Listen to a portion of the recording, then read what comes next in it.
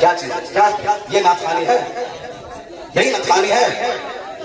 یہ ایگو ہٹا دو، اس کے بعد کیا؟ ایگو تم ہٹا دو، میرے مدرسے کا بچہ اس سے اچھی ناتخوانی ہے، عربی کالج کا بچہ اس سے اچھی ناتخوانی ہے۔ حجر کا نام ناتخوانی ہے؟ کیا کیا تم نے؟ سنیت کو بدنام کیا، بریلیت کو بدنام کیا، مسلک اعلیٰ حضرت کو بدنام کیا۔ رات میں کتنے بج رہے ہیں؟ 2:10۔ یہ کیا حوالے کی بات ہے؟ حوالے کی بات ہے؟ ایسے حوالے کی بات ہے؟ حوالے ہے یہ؟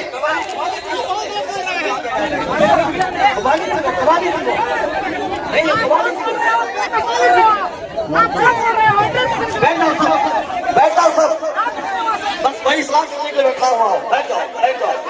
نہیں، وہ غلط ہے، جو کچھ ہوا وہ غلط ہے، جو کچھ ہوا وہ غلط ہے، جو کچھ ہوا وہ غلط ہے۔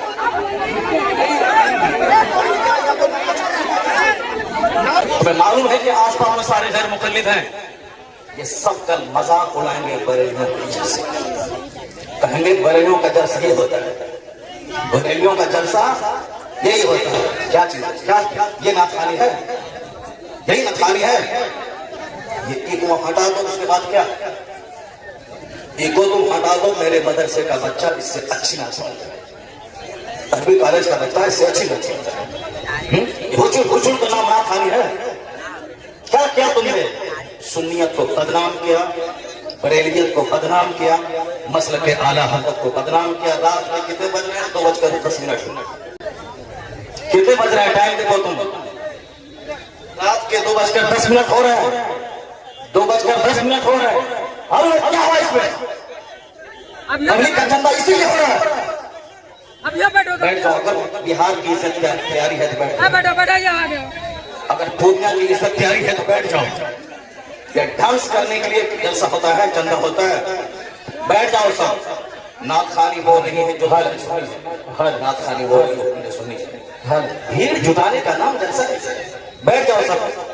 اب اگر نعت تم نے سنی تھی اور اس کو تم نے نعت کہا تھا اپنے حساب سے، تو تقریر کون سنے گا؟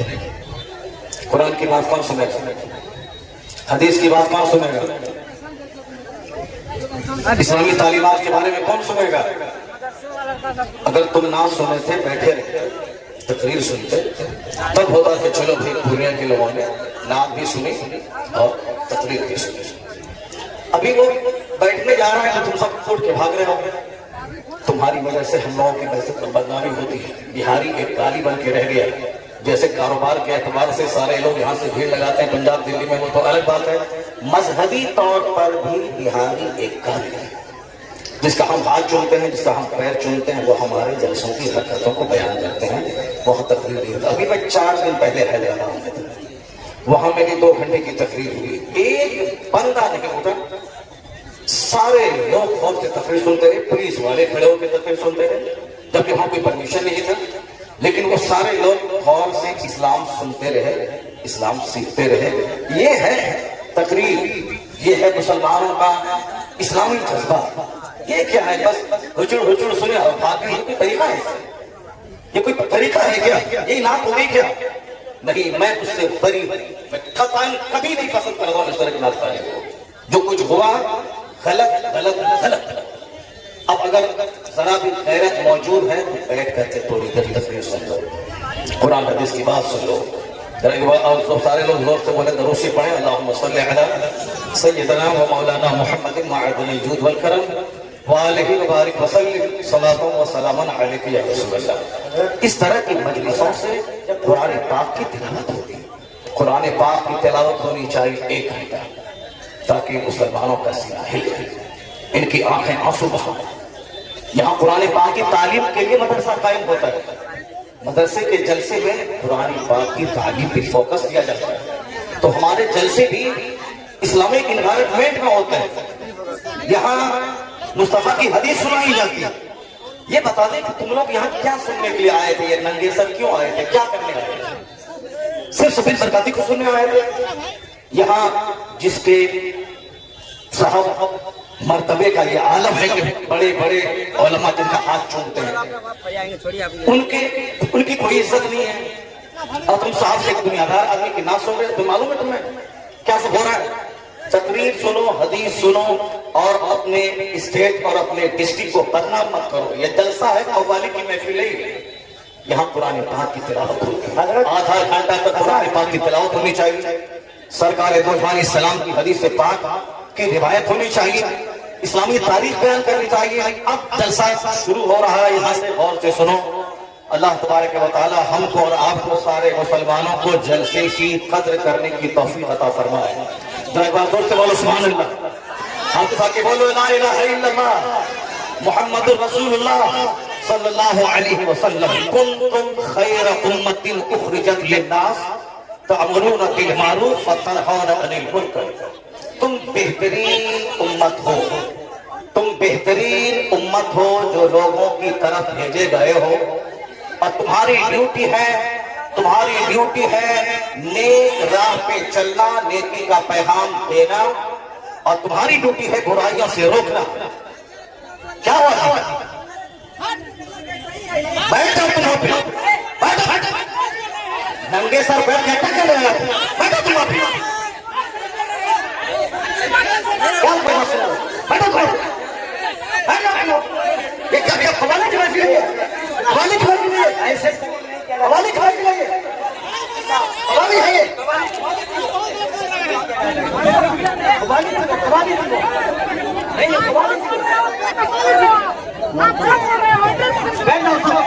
بیٹھ جاؤ سب، بس وہی اسلام سننے کے لیے بیٹھا ہوا ہوں، بیٹھ جاؤ۔ نہیں وہ غلط ہے، جو کچھ ہوا وہ غلط ہے، جو کچھ ہوا وہ غلط ہے، جو کچھ ہوا وہ غلط ہے۔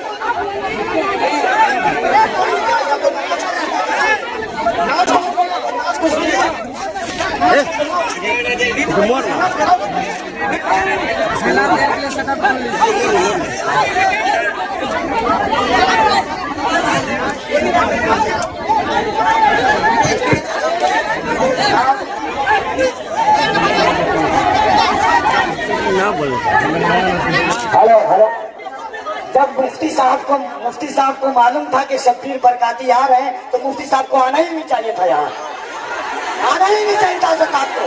ایسے ذلیل نہیں کیا جاتا مفتی صاحب، ایسے ذلیل نہیں کیا جاتا کسی کو، یہ اسلام نہیں ہے۔ مفتی صاحب میں جلسہ پڑھ رہا ہوں، ایسے ایک مہمان کو اس طرح ذلیل نہیں کیا جاتا ہے، یہ کوئی معاشرہ نہیں ہے۔ آپ جان رہے تھے کہ شبیر آ رہا ہے حضرات،